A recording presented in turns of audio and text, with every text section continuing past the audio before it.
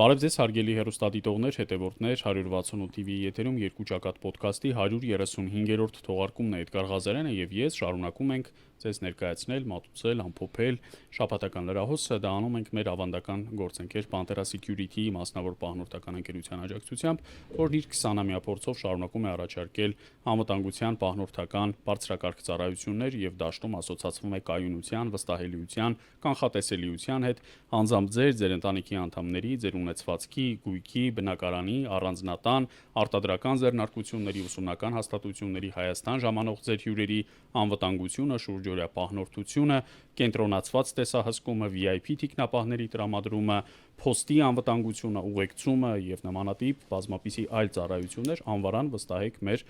այս բազմափորձ գործընկերոջը Pantera Security-ին առավել մանրամասն տվյալներ կարող եք հայթայթել զանգահարելով 077010230 հեռախոսահամարով Pantera.am կայքում կամ սոցցանցերի Pantera անվանումով էջերում։ Անցել է ավելի քան մեկ շաբաթ, բայց մեր հանրությունը դեռևս շարունակում է քննարկել Փաշինյան-Պուտին հանդիպումը։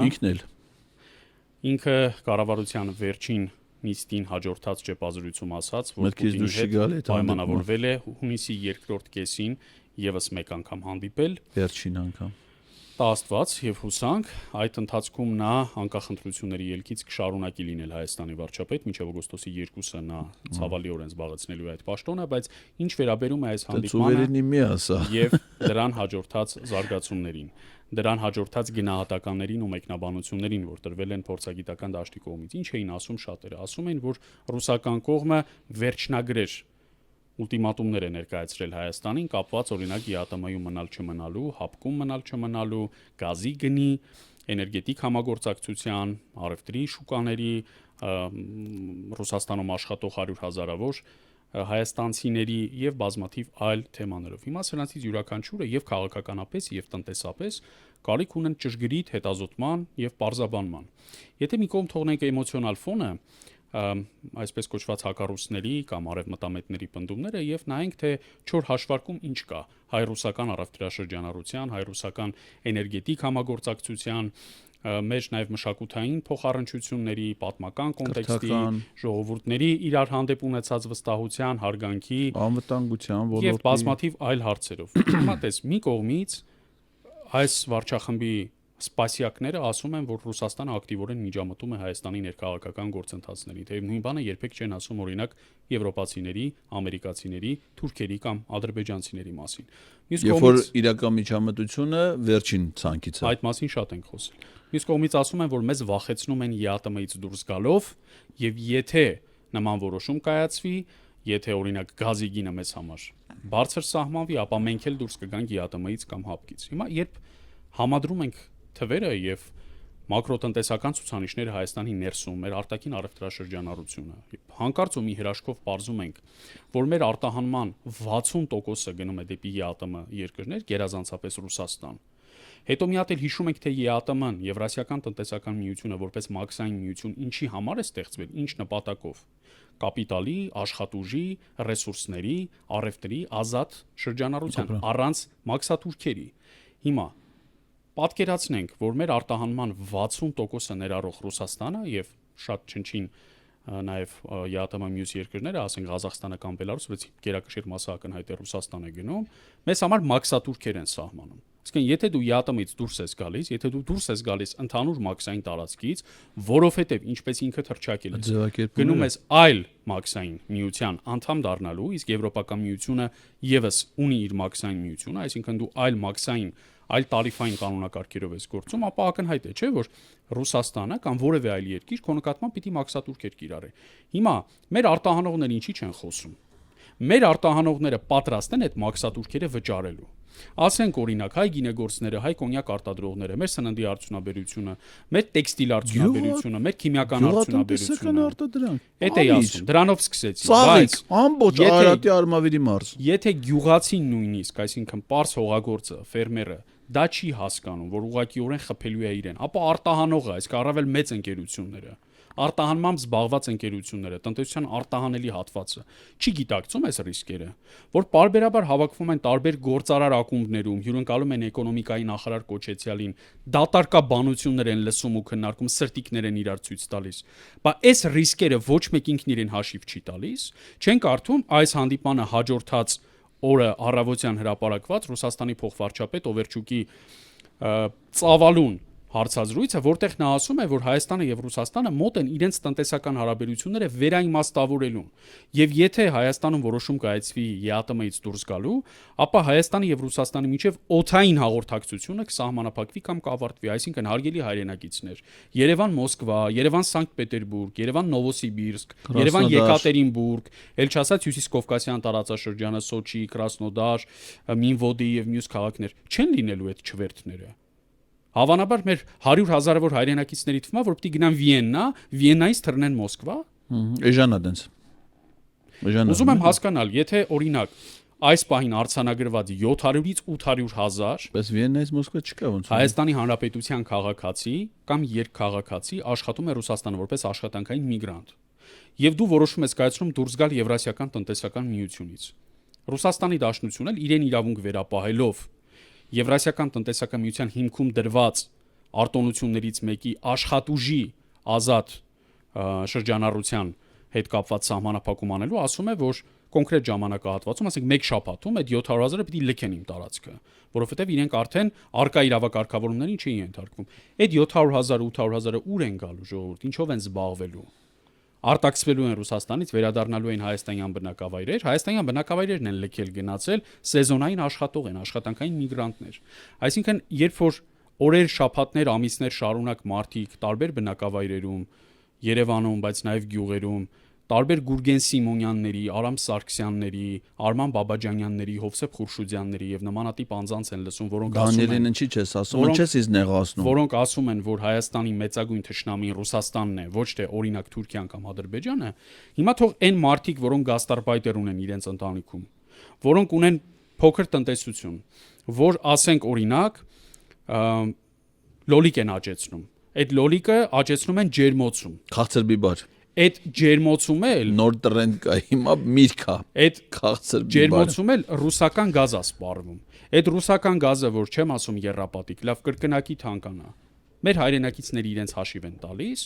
հաշիվ տալիս են, թե իրենց կյանքը տասնապատիկ ավելի ոնց է դժողքի վերածվելու։ Սա է լինելու Եվրասիական միությունից դուրս գալը, սա է լինելու։ Նախ տես դու հանգամանալից ըստ բաղադրիչների այդ վերլուծությունը ստեպ, դա վերլուծություն էր, ինչ որ դու հիմա ներկայացրեցիր, փաստարկված։ Ասենք պատկերացնենք, որ դա ոչ թե Ռուսաստանն է, այլ ցանկացած մեկ այլ երկիր, այսինքն տարիների ընթացքում օբյեկտիվորեն ենթադրենք ձևավորվում են Հայաստանի եւ Չեխիայի միջև առևտրատնտեսական կապեր, որի արդյունքում ենթադրենք չեխական ընկերությունները Հայաստանում կատարում են մեծ ծավալի ներդրումներ, չեմ ասում, որովհետև մինչև հիմա Հայաստանում ամենամեծ օտարերկրյա ներդրումների մասնաբաժինը պատկանում է Ռուսաստանին։ Չեխիայից մենք ստանում ենք վառելիքաէներգետիկ ռեսուրսներ, ստանում ենք դա էժան գներով, մեր արտադրանքը վաճառում ենք Չեխիայի շուկայում։ Ասենք պատկերացրու այն ինչ որ դու ասում ես, դա ոչ թե Ռուսաստանն է, այլ Ռուսաստան անվաման փոխարեն ասում ենք Չեխիա։ Հիմա եթե մի ուրիշ մեկը գալի ասում է, բերեք մեր հարաբերությունները խզենք, վատացնենք։ Տրամաբանական հարցը չի առաջանում։ Ինչի՞։ Ինչի՞ եթե ժամանակի ընթացքում հաջողվել է, դա ունենալ որպես ձեռքբերում։ Ինչի՞ վատացնենք։ Հակառակը, չէ, դու պիտի մտածես քո բոլոր հաջողությունները պահպանելու եւ այդ հաջողություններին զուգահեռ այլ հաջողություններ ունենալու, զարգացնելու ուղղությամբ, տենց է ալնում պետության զարգացումը։ Ոչ թե եղած հաջողությունները, ձեռքբերումները վերացնես։ Իսկ ինչի վերացնես։ Նորից եմ կրկնում, էլի թե չնայենք որ դա Ռուսաստանն է։ Ասենք մեր համար ինչ տարբերություն չէ Ռուսաստանը թե Չեխիան, լայն առումով օտար երկրներ են։ Հիմա այդ օտար երկրներից այս մեկի հետ ձևավորվել են կայուն հարաբերություններ, որոնք խիստ շահեկան են մեզ համար։ Հիմա ասենք օրինակ ԵԱՏՄ-ից Հայաստանի դուրս գալ Ռուսաստանը ինչ պիտի կորցնի։ 3 միլիոնանոց շուկա, ասենք Մոսկվայի 1/3-ն չի։ տարածքը փոքր, ես իմ ինչ ռեսուրսներ չկա։ Այդ ինչա որ Հայաստանում արտադրվում է, որ եթե հանկարծ մենք դա Ռուսաստան չարտանենք, սոված կմնան։ Դες բան չկա։ Մեր եղածը, ասենք ինչա գինի ենք արտահանում, մեր որ Հայաստանը Ռուսաստան գինի չարտանի, ռուսները գինի չունեն, որ խմեն։ Ասենք կոնյակ որ չտանենք մենք, ուրիշ տեղից կոնյակ չեն գա, ասենք բանը հենց հիմա Ղրիմում չեն կարա կոնյակ արտադրեն։ Այնքան ինչքան իրանց որ պետք է։ Այսինքն մեզ համար է, չէ՞ դա շահեկան։ Դու արտահանում ասեցիր 60 կառուցվածք, այո, քո խոսքում էլ անդրադարձար։ Արտահանում է մի բանա, երբ որ պղինձ մոլիբդեն ես արտահանում, որ մեզնից ոչ մեկից գիտա, ես էլ իմ աչքերով չեմ տեսել, չգիտեմ դա ինչ տեսք ունի, ոնց են արտահանում։ Արդյունաբերական արտահանում է, չէ՞։ Կամ ալյումինի թիթե բաներ են, ֆոլգաները։ Բայց Ռուսաստանը ինչ որ գնում է գյուղատնտեսական արտադրանք է։ 1.5 միլիարդ դոլարի գյուղմթերքը էժան ապրանք է, էլի, չէ՞։ Այսինքն դա որ հասնում է 1.5 միլիարդի ծավալ արդեն պատկերացրու ինչ է։ Իսկ գյուղացիական տնտեսությունները այսօր Հայաստանում 240,000 տնտեսություն մինչև 300,000 տնտեսություն կա գյուղացիական։ Բայց այդքան ասենք դե ծիրանը որ գալիս են գնդեվազից մեր վայքի գյուղերից ֆուրերը կանգնում են, միանգամից եղածը քաղում են, դնում են ավտոն տանում են, ուր են տանում։ Բայց եթե դու չհասնում ես այդ հարաբերությունները, նշանակում է չի ծախվի, չէ՞ դա։ Բա ոչ ծախվեց որտե պիտի վայ, բայց մարդիկ կորցնում են իրենց բերքը։ Սննք անում են 100,000-ավոր մարդիկ։ Արայիկ Հարությունյանը վարչապետի աշխատակազմի եկավ, մի անգամ տենց լարվածության ժամանակ ասում եմ մենք կոչ կանենք մեր ժողովուրդը կօգտագործի հայկական բաները, արտադրանքը։ Դու այդքան ուտող ես։ Ասենք Արայիկ Հարությունյանը կարա այդքան ջերմոցի ծաղիկ ուտի։ Չի կարա, որովհետև ամբողջ Արարատյան դաշտը նա գնում ենք հիմա այս մանավանդ նախընտրական շրջանում։ Ուր է թվում ես Արարատի մարզում, Արմավիրի մարզում, Արագածոտնում ջերմոցներ են։ Բայց ջերմոցի արտադրանքը մեծ մասը վաճառվում է Ռուսաստանի շուկայում, ընդ որում վաճառվում է, որովհետև Ռուսաստանից ներմուծվում է գազ, որը վառում են այդ ջերմոցը տաքացնում են, նոր են ստանում այդ ու դա անում են, որովհետև այդ գազն արժի 175 դոլար։ Եթե դա դառա $600, էլ ոնց են տաքացնելու։ Այս թշնամական բենզին ծախսեն ավելի շատ էժան կլինի։ Մեր ժողովրդին ունես զրկելու, թշվառացնելու 90-ականներից շատ ավելի վատ վիճակում մեր ժողովրդին բերելու հանգրվանի մասին երազողները զբաղված են թշնամական քարոզչությամբ, ադրբեջանասիրական քարոզչությամբ։ Ոչինչով չի տարբերվում դա, ասենք օրինակ թշնամուն գնալ հանձնվելու քարոզից։ Նույն բանն է կամ դրա տարբեր կողմերն են, հակառակ երեսն է։ Եվ ամենակարևորը, խոսելով մի մաքսային միության իբր վատը լինելու մասին, երբ իրականում ասենք օրինակ չօգտագործված օգուտների մասին պիտի խոսեն։ Ռեալ այլընտրանք չի առաջարկվում, մեզ չի ասվում, թե օրինակ Եվրասիական տնտեսական միությունից դուրս գալու դեպքում մենք ուր պիտի գնանք։ Փաշինյանը ինքը պատմության տարբեր հանգրվաններում խիստ տարբեր մոտեցումներ է ունեցել Եվրասիական տնտեսական միության հետ կապված։ 2017 թվականի աշնանը օրինակ Էդմոն Մարուկյանի եւ Արամ Սարգսյանի հետ խորհրդարանում նախագահում էր ԵԱՏՄ-ն լքելու հարցով հայտարարության նախագիծ էին դրել շրջանառության մեջ։ Բայց 2018 թվականի մայիսին ասաց, որ կտրուկ շրջադարձերը օգուտ չեն քաղաքականությանը եւ դրանից հետո քանիցս հիմնավորել է ԵԱՏՄ-ում մեր մնալու անհրաժեշտությունը։ Ավելին, այնտեղ արդեն այս վարչախմբի կողմից գործուղված հայաստանցի պաշտոնյաներն էլ հիմնավորել են ԵԱՏՄ-ի մեզ համար կարևոր պետքական անհրաժեշտ մաքսային միություն լինելու հանգամանքը։ ՀԱՊԿ-ը քննադատել են, բայց ԵԱՏՄ-ին թիրախավորելուց ձեռնպահ են մնացել։ Հիմա երբ նայում ես այլընտրանքը կամ ավելի ճիշտ դրա բացակայությունը, մի բան է ակնհայտ դառնում Էդգար։ Օրինակ, միֆական թեական երկընտրանքը կարծես թե պետք է լիներ Եվրամիության շուկան ըստ իրենց տրամաբանության։ Հիմա մի հատ նայենք 2016 թվականի առաջին եռամսյակի դեպի Եվրամիության երկրներ մեր ապրանքների եւ ծառայությունների արտահանման ցուցանիշները ու 2025-ի անկում կա։ 2026 թվականի առաջին եռամսյակում 25-ի համեմատ անկում կա այն դեպքում,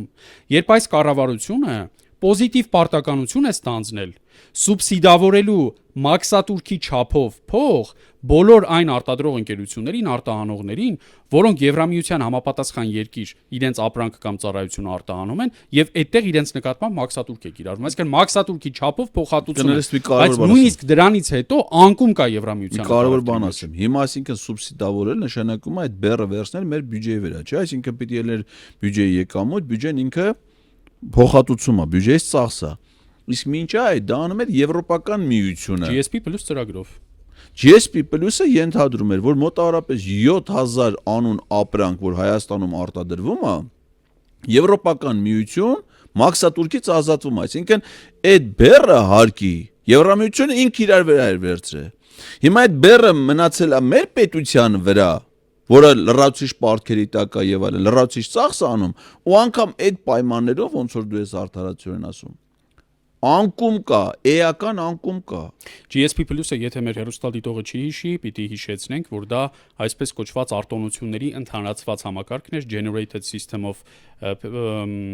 Priorities, որով այո հազարավոր ապրանքանուններ, ապրանքային խմբեր Եվրամիություն առանց մաքսատուրքի էին ներմուծվում, բայց հանուն արդարության պետք է ընդունել, որ մեր տնտեսվարողները առանձնապես ակտիվորեն այդ համակարգից չեն օգտվել, մեկ պարզ պատճառով, որովհետև մեր որևէ ապրանքատեսակ բավականաչափ մրցունակ չի եղել եվրոպական շուկայում։ Բայց այդ ստանդարտները կան։ Հենց դրա համար եմ ասում, եւ դա էլ մեկ պարզ պատճառով, որովհետև պատմության բերումով մեր ստանդարտները, մեր չափագրումները, մեր տնտեսության կառուցվածքը ավանդաբար համապատասխան է եղել հետ խորհրդային տարածաշրջանին, քան եվրոպական, եւ դա բացատրելի է, որևէ երկիր արհեստականորեն չես կարող վերցնել կոնտեքստից, պատմական, աշխարհագրական միջավայրից կտրել եւ դնել մեկ այլ միջավայրի մեջ։ Հիմա օրինակ նույն տրամաբանությամբ պատկերացրու, ասենք լատինաամերիկյան մի երկիր, ենթադրենք Վենեսուելան, վերցնում ես ինտեգրում ես Եվրոպական միության շուկաների հետ, կամ Ավստրալիան վերցնում ես ինտեգրում ես, ասենք օրինակ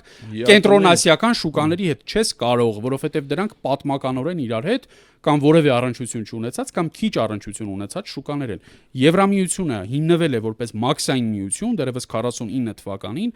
անվանվելով ածխի եւ պողպատի եվրոպական համայնք, հետագայում դարձել է քաղաքական կամ վերքաղաքական նույնիսկ կազմավորում, բայց դրա հիմքում շարունակել են մնալ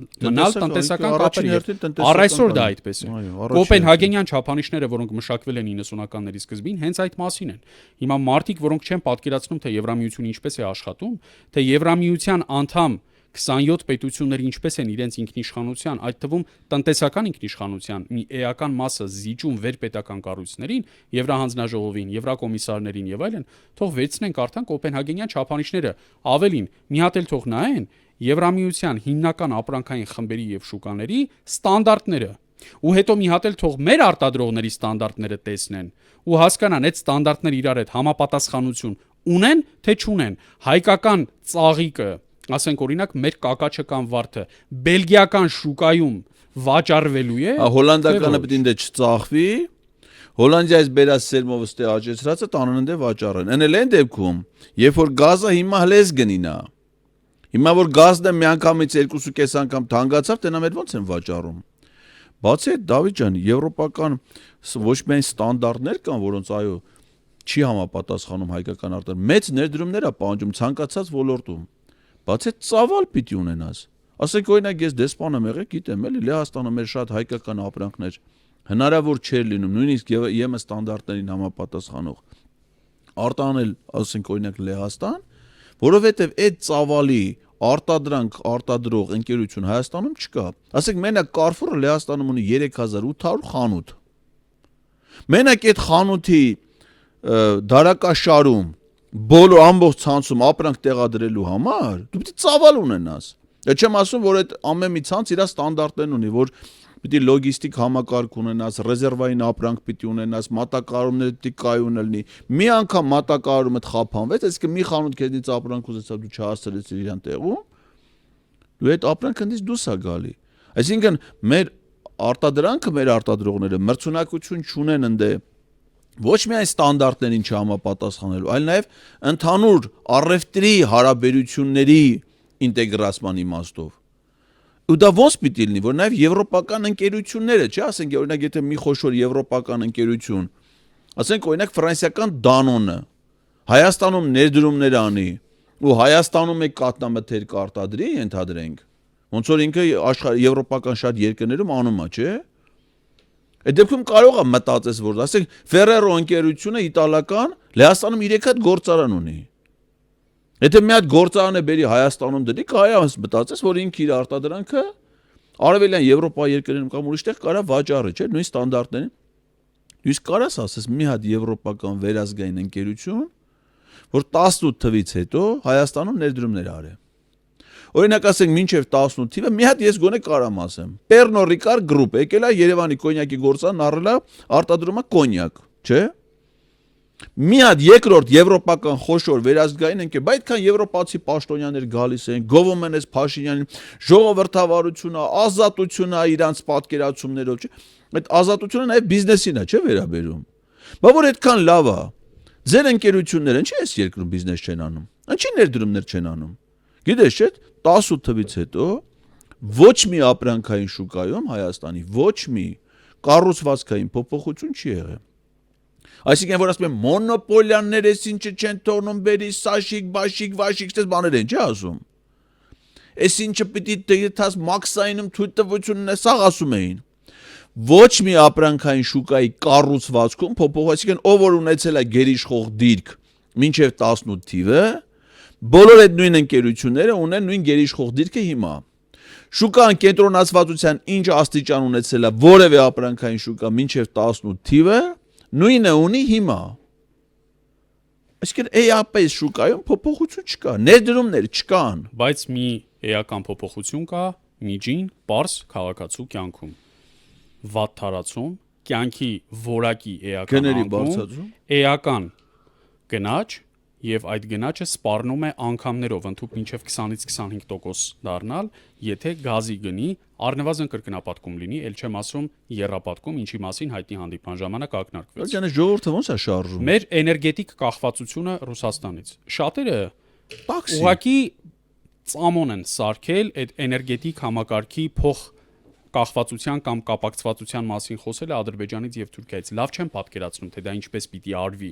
եւ կամ այդ չարչերկված մոդուլային, այդպես էլ չփորձարկված ատոմակայանի մասին են խոսում։ Այս պահին մեր էներգետիկ համակարգի 72%-ը պատկանում է Ռուսաստանին։ Ոչ միայն սնվում է Ռուսաստանից, այլև այդ ընկերությունների սեփականատերերն են ռուսական ընկերություններ, եւ մեծամորի ատոմային էլեկտրակայան, եւ ջերմաէլեկտրակայանների, եւ այն գազը, որի հիմքով դրանք աշխատում են, եւս ռուսական է, եւ գալիս է ռուսական խողովակաշարեր։ Դրանից արտադրվում է Հիմա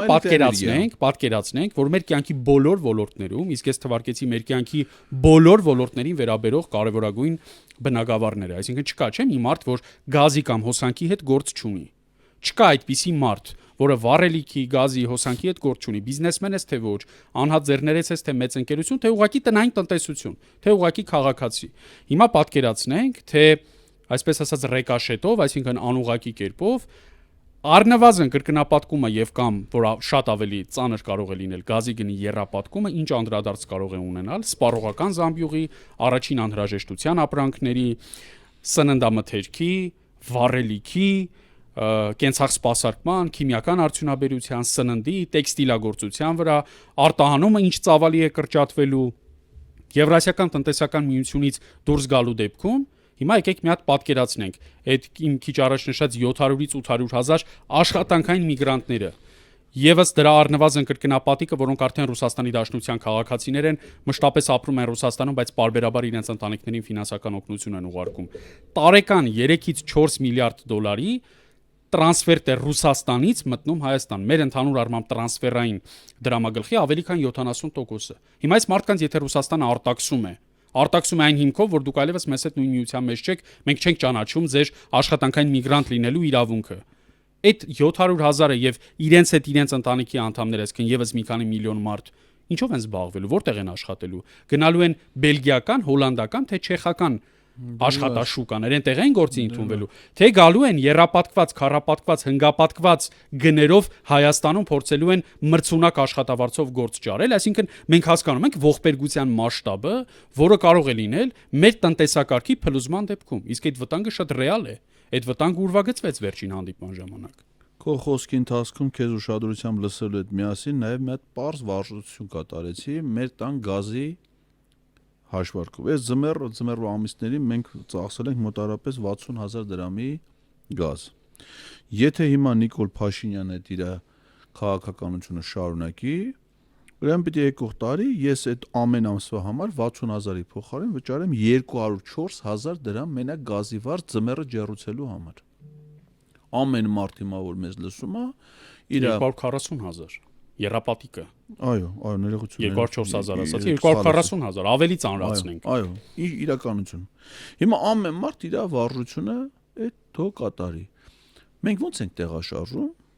Տրանսպորտով, չէ՞։ Հիմա ինչքան մարդը տաքսիից օգտվում։ Այդ տաքսին ինչով են աշխատում։ Գազով։ Գազը եթե ով որ գազի բալոն դրած չլի տաքսի, չէ, բենզինով հնարավոր չի, էլի։ Հիմա եթե այդ գազը թանկանում է, նաև նշանակում է 3 անգամ տաքսիի գինը թանկանում, այսինքն եթե ես մինչև հիմա 2000 դրամով պիտի կենտրոնից գնայի երրորդ մաս, պիտի տամ արդեն 6000 դրամ ամեն գնալս։ 2 անգամ, ամատ առավոտ մի հատ գնացողը 12000։ Ու ասենք ինչի համար էլի դա, որ ասես ռուսներն են դա ստիպում, պահանջում, բան հակառակը։ Պարզում է այդ նախաձեռնությունը գալիս է Հայաստանից։ Հասկանում ես, այսինքն ոչ թե ռուսներն են մեզ ասում դուրս եկեք յատամից մենք դες վատ վիճակի մեջ դնենք, այլ հակառակը Հայաստանից ինչ որ մարդ այլ է, ցիլոյով մարդ գնացել ասում եմ մենք սենց ենք ուզում, բայց չի ես դու տենց ուզում, այսինքն այդ նախաձեռնությունը դու ինչի ես ցուցաբերում, ինչ ա եղել որ դու տենց ես ուզում, եթե դա դիտավորություն չի, այո մասնավոր տրանսֆերներ 2 միլիարդ դոլար տարեկան, երբ որ քո բյուջեն 8 միլիարդ հասկանում ես, ասեն քո երկրի փողի մեծ մասը դից գալիս է, իսկ դու ո՞նց ես քեզ զրկում այդ հնարավորությունից, անուն ինչ ես դնում որ ասում են Ռուսաստանից եկավ Ադրբեջանի տարածքով ցորեն, այն որ մի քանի կիլոմետր Ադրբեջանի տարածքով անցնում է, դա առիթ եք օգտագործում Ադրբեջանին մի քանի ամիս գովալու, բայց չեք ասում որ այդ ցորենը որտեղից է գալի, բա որ չեկավ։ Իրենք նույն բանը անելու են նաև ադրբեջանական գազի հնարավոր վաճառքը մեզ վրա ծախելու, մեզ վրա նաղդելու համար, որովհետև ադրբեջանական գազ արտահանելի այս բնության մեջ գոյություն չունի։ Ադրբեջանը անգամ իրենց ներքին սպառման համար չի երիկում, այսինքն ադրբեջանական գազ անվան տակ Հայաստան մատակարարվելու է նույն ռուսական գազը, բայց հնգապատիկ ավելի թանկ, որ շնորհակալություն հայտնես Ալիևին մեծահոգության համար իր տարածքով ընդամենը գազամուղը սպասարկելու եւ Հայաստան գազ ուղարկելու համար։ Այսինքն, որ նորմալ Ռուսաստան, Վրաստան, Հայաստան գազամուղը գործում էր եւ սահմանի վրա մեզ համար Ռուսաստանի ներքին գնով դու կարողանում ես այդ գազը գնել, այդ հաշիվ չի։ Պարտադիր պետք է երապատիկ, քառապատիկ, հնգապատիկ ավելի թանկ լինի գազամուղը անցնի Ադրբեջանի տարածք, որ դու շնորհակալություն հայտնես։ Եվ կամ Ադրբեջանից ուղիղ մտնի քո տարածք, բայց Ադրբեջանը էլ մտնում է Ռուսաստանի տարածքից, դա ռուսական գազ է։ Ռուսական գազն է։ Հիմա այն Տիլի Գագոն, որի մասին է, падգամավոր է, ինքն իր անունը չգիտի։ Մեկն ասում է Գուրգեն, մեկն ասում է տենց էլ չիմացան իմ անունը չքվեարկին։ Բայց իրան բոլորն ասում են Տիլի Գագո։ Հիմա ասենք, եթե նա ոչ մի տրանսպորտային միջոցով չի երթևեկի, որ թանկանա գազը, այլ ասենք Երևանի փողոցում երթևեկի էշով, չէ՞, էշի վրա նստած։ Կսած իրան, ինքը նույնիսկ կարա իրան շատ կոմֆորտ զգա, իրան միջավայրում զգա։ Մեր երեխեքն է, տենանք ուրախանան, հենց կիմանան Քաշնազարն է, ասենք տենց բեմականացում է փողոցով Քաշնազար է, էշով էթում է։ Իրան կսազի։ Բայց այդ իրան կսազի։ Մնացած բոլոր նորմալ մարդիկ, ովքեր սովոր են երթևեկել իրանց ավտոյով, տաքսիով, հանրային տրանսպորտով, որը նույնպես դրա վառելիք է օգտագործում։ Այդ մարդիկ մենք չենք կարող ամբողջ ազգով էշով երթևեկենք։ Այդքան էշ էլ չկա, դե հենա արդյունքները նայում ես, մաքսիմում մի քանի 100,000, ասենք, բայց դե մենք ավելի շատ ենք։ Չի լինի 100,000 էշ կլինի, այդքան չի լինի, չէ։ Հունիսի 7-ին Երևան։ Հա, դու այդպես նկատում ունես։ Ես գյուղատնտեսական համատարած հաշվառումով էի հիմնականում փորձում ստանալ այդ թվերը։ Չի լինի էշով։ Հիմա ուրիշ դարա, պիտի ընդ որում դու ԵԱՏՄ-ից դուրս ես ուզում գաս այն ժամանակ, երբ որ ԵԱՏՄ-ն ընդլայնվում է։ Դավիթ ջան, ԵԱՏՄ-ն արդեն Իրանի հետ ոչ միայն ստորագրել, այլ վավերացման գործընթաց անցել է ազատ առևտրի համաձայնագիր։ բանի Սինգապուրի հետ։ Հիմա ԵԱՏՄ-ն որպես կազմակերպություն ինքը իր հերթին բանակցում է Շանհայի միջազգային համագործակցության կազմակերպության հետ, BRICS-ի հետ, ինքը ասինքն որպես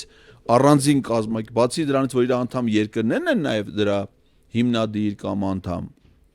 Ինքը որպես կազմակերպություն նրանց հետ համագործակցում, այսինքն օրինակ նայ Շանհայի կազմակերպությանը Հայաստանը հայտ տվեց, հայտը մերժվեց, չէ՞, Պակիստանը դեմ քվեարկեց։ Մենք չկարողացանք դառնանք այդ կազմակերպության անդամ։ Բայց ԵԱՏՄ-ն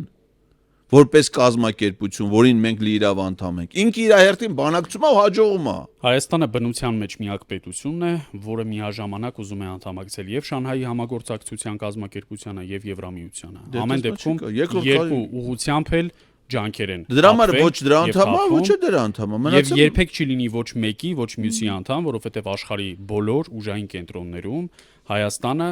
ցավոք այս վարչախմբի թեթև ձեռամբ շարունակում են ընկալել որպես անհետևողական, ոչ հուսալի, անկայուն, անլուրջ մի գործընկեր։ Չի կարող նույն պետությունը մի օր Շանհայի համագործակցության կազմակերպության անդամ դառնալու դիմում տալ եւ դրանից որոշ ժամանակ առաջ կամ անց իշխող խմբակցության մեծամասնությամբ Եվրամիությանն անդամ դառնալու մեկ հոդվածանոց օրենք ընդունի։ Ինչ վերաբերում է ԵԱՏՄ-ի եւ հատկապես ՀԱՊԿ-ի հարցում սրանց չակերտյալ սկզբունքայնությանը 2022-ից ի վեր շաբաթ չկա, որ չխոսեն ՀԱՊԿ-ի թշնամական կառույց լինելու մասին։ Չկա այդպիսի շաբաթ։ Եվ Ալեն Սիմոնյանը, եւ Նիկոլ Փաշինյանը, եւ մնացածը շարունակաբար խոսել են ՀԱՊԿ-ում մեր մնալու անհնարինության կամ անիմաստության մասին։ Բայց ինչի դուրս չեք գալիս։ Դուրս եկեք։ Սառեցման ռեժիմ այդ կառույցում չկա։ Եթե ունեք բավականաչափ համարձակություն, եթե համարում եք, որ ինչպես Նիկոլ Փաշինյանն է մի առիթով ձևակերպել, ՀԱՊԿ-ն Հայաստանի անվտանգության սպառնալիք է, ապա ինչ գործ ունի ձեր ղեկավարած երկիրը սպառնալիք կազմակերպությունում։ Օրինակ ես համարում եմ, որ թյուրքախոս պետությունների կազմակերպությունը Հայաստանի անվտանգությանը սպառնալիք է։ Թյուրքախոս պետությունների կազմակերպությունը մի քանի անգամ բացասական անդրադարձ է արել հայ-ադրբեջանական հարաբերություններին, Արցախի հիմնախնդրին եւ հայոց ցեղասպանության թեմատիկային, նշելով, որ Հայաստանը պետք է մի կողմ դնի իր բոլոր երբեմնի հանձնառությունները եւ մոռանա փակի այդ էջը եւ անցնի Թուրքիայի ու Ադրբեջանի հետ կառուցողական երկխոսության։ Բայց Հայաստանի կողմից որևէ արձագանք չի եղել թյուրքախոս պետությունների կազմակերպության այս հայտարարություններին, ընդ որում ուզում եմ հիշեցնել, որ դրանցից վերջինը հաջորդեց անցած տարի հունիսին Անկարայում կայացած Փաշինյան-Էրդողան հանդիպմանը։ Փաշինյանը գնացել հասել էր Անկարա, այնտեղ հանդիպել էր Էրդողանի հետ եւ դրանից օրեր անց տեղի ունեցավ թյուրքախոս պետությունների գագաթաժողով, որի լիիրավ անդամներ են բնականաբար եւ Ադրբեջանը, եւ Թուրքիան, նաեւ Ուզբեկստանը, Ղրղստանը, Թուրքմենստանը եւ միաձայնությամբ ընդունվեց բանաձև հաջակցություն Ադրբեջանի եւ Թուրքիայի եւ մեր դեմ։ Բայց Հայաստանի արտգործնախարարությունից որևէ բացասական դատապարտող արձագանք չտեսանք։ Բայց սրանք ֆիքսվել են ՀԱՊԿ-ի վրա ու գործողությունն էլ մինչև վերջ չեն անում։ Ես շահագրգռված եմ հետեւյալում, եթե իրոք ՀԱՊԿ-ն անվտանգության սպառնալիք է, եթե դուք կարողանում եք մեզ դա ներկայացնել, հիմնավորել, համոզել եւ ապացուցել, եթե իրապես համոզված եք դրանում, ապա համարձակություն ունեցեք, պատվախնդրություն դրսևորեք, քաղաքական սկզբունքայնություն ունեցեք եւ դուրս եկեք այդ կառույցից։ Կարող եք դուրս գալ, չեք կարող դուրս գալ։ Դուք ԵԱՏՄ-ից էլ չեք կարող դուրս գալ։ Դուք միայն խոսում եք, դուք օդ եք տատանում, որովհետեւ դուք շատ լավ գիտեք, որ դա ձեր իշխանությունը պահելու, երկարաձգելու միջոց է ընդամենը։ Երբ հարցը գալիս հասնում է վճռականությանը, դուք այդ վճռականությունը չեք կարող ցուցաբերել։ Դուք հակառուս եք խոսքի մակարդակում, գործողության մակարդակում դուք հակառուս չեք։ Իրանք ուղղակի հակահայ են։ Իրանք ամեն ինչ անում են Հայաստանի եւ հայ ժողովրդի դեմ։ Իրանք ոչ հակառուս են, ոչ հակաեվրոպացի են, ոչ հակաամերիկացի։ Իրանք ոչ պրո-ռուս են, պրո-եվրոպացի, իրանք պրո-թուրք են եւ հակահայ։ Էսա էս իշխանության ձևակերպումը։ Դավիթ ջան, օրինակ ինքը Պուտինի հետ հանդիպմանը ասում է Հայաստանում մենք չենք կարողանում մեր ժողովրդին պատասխան տանք, թե ինչի 22 թվին ՀԱՊԿ-ը իր պարտավորությունները Հայաստանի հանդեպ չկատարեց, չէ՞, այդ դժգոհությունը բառացի չեմ ցիտում, միտքը հետեւյալն։ Օրինակ ես լսում եմ, ասում եմ, բայց ինչի՞ չես կարող այդ պատասխանը տաս։ Դու այդ պատասխանը կա։ 22 թվին ՀԱՊԿ-ում նախագահող երկիրը Հայաստանն էր։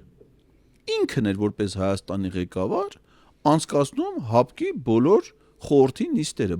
հավաքական անվտանգության խորհրդի նիստերը։ Այդ նույն 22 թվականի հունվարին Ղազախստանը դիմել է ՀԱՊԿ-ին եւ ստացել է անհրաժեշտ օգնություն, իրավիճակը Ղազախստանում շտկվել է, Ղազախստանի կարիքներին համապատասխան, ու ՀԱՊԿ-ի զորքերը, այդ թվում Հայաստանի, գնացել են Ղազախստան ու հետ են վերադարձել։ Նույն 22 թվին Հայաստանն է դիմել ՀԱՊԿ-ին, այսինքն Հայաստանին։ Նախագահողն ինքն է եղել։ Այդ դիմումից հետո ՀԱՊԿ-ը մշակել է օգնության փաթեթ կազմված 3 բաղադրիչից. դիվանագիտական աջակցություն, ռազմաքաղաքական աջակցություն եւ խաղաղապահ չէր կոչում, դիտորդական ուժերի տեղակայում հայ-ադրբեջանական սահմանին։ Բոլոր երկրները ՀԱՊԿ-ի կողմ են քվեարկել, բոլոր այդ թվում Ռուսաստանը այդ օգնությունը տրամադրելու բացի մեկից։ Այդ մեկն էլ եղել է ինքը։ ՀԱՊԿ-ի կանոնադրությամբ էլ ասում է որոշումները ընդունվում են միաձայնության սկզբունքով։ Այսինքն եթե մի երկիր դեմ է, ուրեմն այդ որոշումը չի կայացվում։ Մենակ ինքն է դեմ քվեարկել, որ ՀԱՊԿ-ը Հայաստանին օգնություն տրամադրի։ Հիմա նստել է կողմ քվեարկողին, ասում է մենք չենք կարող Հայաստանի ժողովրդին բացատրենք, թե ՀԱՊԿ-ն չի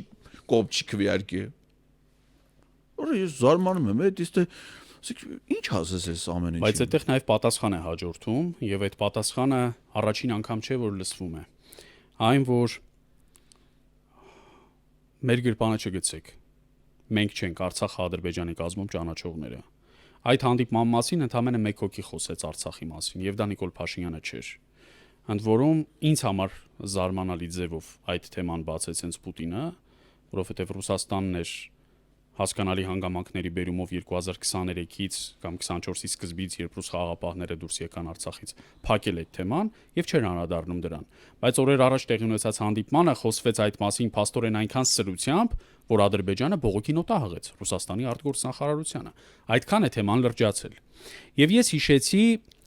2.5 տարի առաջ Փաշինյանի ու Մակրոնի միջև տեղի ունեցած մի զրույց, որի մանրամասները մեզ հետո պիտի պատմեր Հույդա բյուրոյի անդամ Մուրադ Փափազյանը։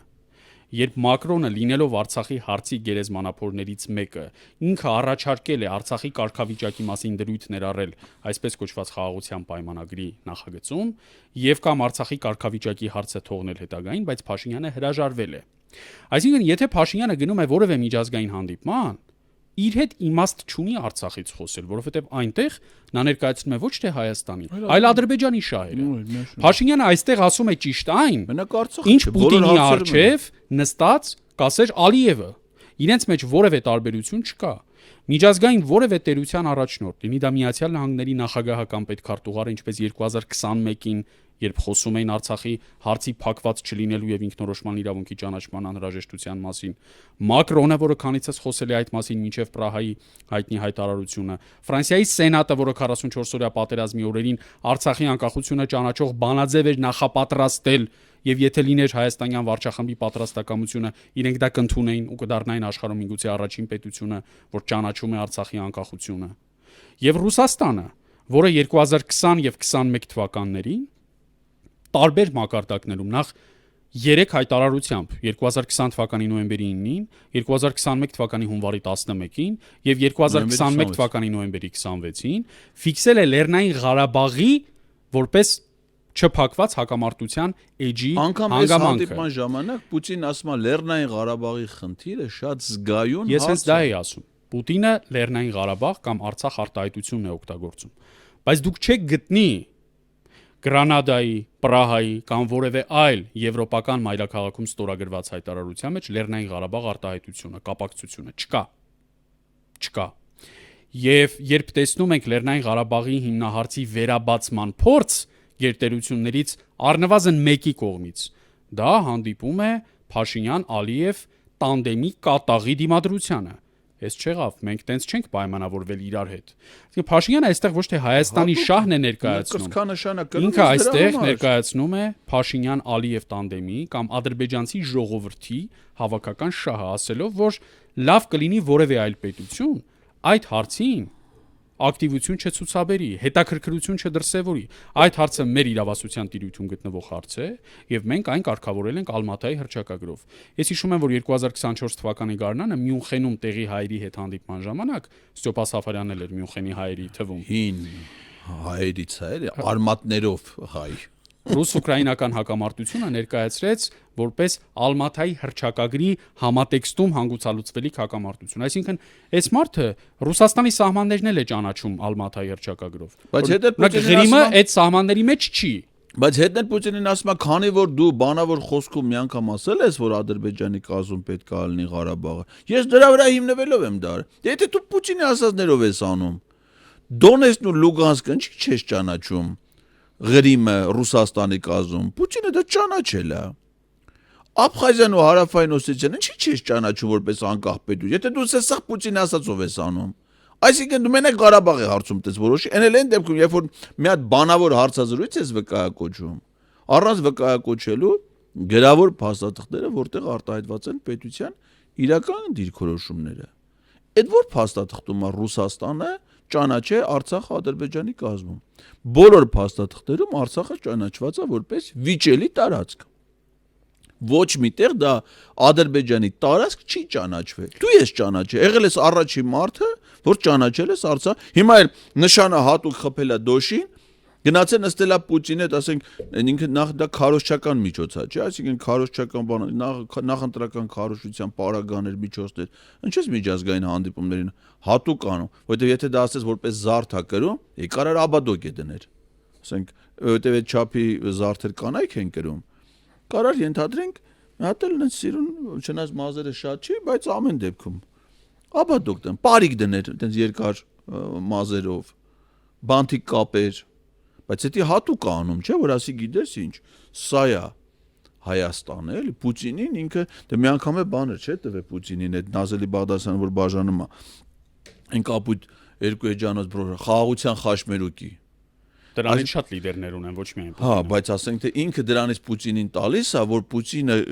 դրանից դա որպես ինֆորմացիայի աղբյուր դունի ու հասկանա թե Հարավային Կովկասում տրանսպորտային հաղորդակցությունը ոնց կարա լինի։ Ես ասել եմ Պուտինի կյանքը լայն առումով ինքը չգիտեմ դրան ոնց է վերաբերվում, բայց իմ ընկալումներով նրա կյանքը առլևս բաժանվում է երկու շրջանի։ Մինչև Նազելի Բաղդասյանի բուկլետը իրան փոխանցելը դա Պուտինի կյանքի առաջին շրջանն է եւ երկրորդ շրջանը այդ բուկլետը ստանալուց հետո եթե նկատել ես իր տրամադրությունն էլ է դրանից հետո փոխվել արդեն աշխարհի վերաբերյալ որոշումներն էլ այլ ձևով է Նազելի մասին է խոսքը չէ Պուտինի արդեն շատ բան է փոխվել մեր հաղորդումը ամեն դեպքում եզրափակենք այն կարևոր արձանագրմամբ որ Փաշինյանը եւս որևէ փաստաթղթով Արցախը չի ճանաչել Ադրբեջանի կազմում Չկա որևէ փաստաթուղթ, որը Արցախը արձանագրում է Ադրբեջանի կազմում եւ ստորագրված է երկու պետությունների առաջնորդների կողմից, չկա։ Եվ վավերացված ամենակարևորը։ Վավերացված է եւ անցել է ընթացակարգերը։ Եվ այստեղ էլ մի կարևոր զգուշացում անենք մեր բոլոր ընդդիմադիր ուժերին, որոնց ռետորիկան չգիտես ինչու զարմանալիորեն մեղմացել է այս փուլում եւ դա ինձ համար ընկալելի չէ, ես կուզեի շատ ավելի ռադիկալիզմ տեսնել։ Շատ կարևոր է արձանագրել հետեւյալը բոլոր այն ուժերը, որոնք կասեն, որ իրենք կգան եւ խաղաղության պայմանագիրը կստորագրեն այն տեսքով, որով այն հրապարակվել է, Փաշինյանից ոչինչով չեն տարբերվում, որովհետեւ այդ խաղաղության պայմանագիր կոչեցյալը նախ եւ առաջ Արցախը Ադրբեջանի կազմում ճանաչելու մասին պայմանագիր է լինելու։ Եթե այդ նախաստորագրված պայմանագիրը էապես չվերաբանակցվի, դրա դրույթները, պայմանները, հանգամանքները չփոխվեն, Արցախի մասին առանձին դրույթ չավելացվի, եւ դա ստորագրվի եւ ուղարկվի վավերացման նախ սահմանադրական վերահսկողության Ադրբեջանը դա չի ստորագրել ազգային ժողովի կողմից ես ասում եմ միայն մեր մասին բայց նույնիսկ այն հաշվարկը մենակ մենք չենք ստորագրել բարձր բայց նույնիսկ այն հաշվարկը որ Ադրբեջանը չի ստորագրելու դա չի նշանակում որ Հայաստանում պիտի գտնվի որևէ իշխանավոր որը կասի ես պատրաստ եմ ստորագրել բոլոր նրանք ովքեր կասեն որ այս տեսքով պատրաստ են խաղաղության պայմանագիր ստորագրել նրանք նիկոլական են եւ նրանք թշնամի են Դա շատ հստակ պետք է արձանագրել, որովհետև Արցախը որևէ փաստաթղթով հիմա Ադրբեջանի կազմում ճանաչված չի, որևէ փաստաթղթով։ Արցախ Ադրբեջանի կազմում ճանաչվածը ճիշտ այնքան բանավոր, ինչը Փաշինյանը վերագրում էր Պուտինին իր բանավոր հարցազրույցներում։ 1000 բան կարելի է հայտարարել բանավոր։ Երկու պետությունների միջև ընթացակարգ անցած, վավերացված եւ ուժի մեջ մտած փաստաթուղթ, ըստ որի Արցախն Ադրբեջանը կազմում է, չկա, բայց կա գործող անկախության հռչակագիրը եւ գործող սահմանադրություն, որի նախաբանը հղում է անում դրան։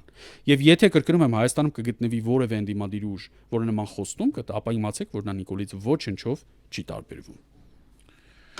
Այսքանը սիրելի հեռուստադիտողներ, մենք ձեզ ներկայացրեցինք երկու ճակատ ոդքասթի 135-րդ թողարկումը, իսկ այդ հարցում մեր գործընկերն է Pantera Security մասնավոր պահնորդական կազմակերպությունը, որը առաջարկում է պահնորդական ծառայությունների լայն սպեկտր, ներառյալ թե անձանց պահպանությունը եւ թե տների, բնակարանների, առևտրային տարածքների, պահեստների, ուսումնական հաստատությունների, առողջապահական հաստատությունների, ֆինանսավարկային կազմակերպությունների անվտանգ գործունեության համար պայմաններ եւ միջավայր, ընդ որում դա անում է պրոֆեսիոնալ աշխատակազմով, դա անում է ավանդական մեթոդներով եւ ժամանակակից ինֆորմացիոն տեխնոլոգիաների համադրմամբ։ Անվարան դիմեք Pantera Security պահնորդական կազմակերպությանը եւ ձեր գործունեությունը ծավալեք անվտանգ միջավայրում։ Իսկ դրա համար պետք է զանգահարել մեր գործընկերներին 077 01 02 30 հեռախոսահամարով։ Այսքանը հարգելի հեռուստադիտողներ, հետևորդներ, սա երկու ճակատ ոդքասթի 135-րդ թողարկումն էր 168 TV-ի եթերում։ Էդգար Ղազարյան, Դավիթ Սարգսյան, ամփոփեցինք շաբաթը, դա կանենք նաև մյուս ուրբաթ մեր ավանդական 21-ից 21-ին։ Ցտեսություն։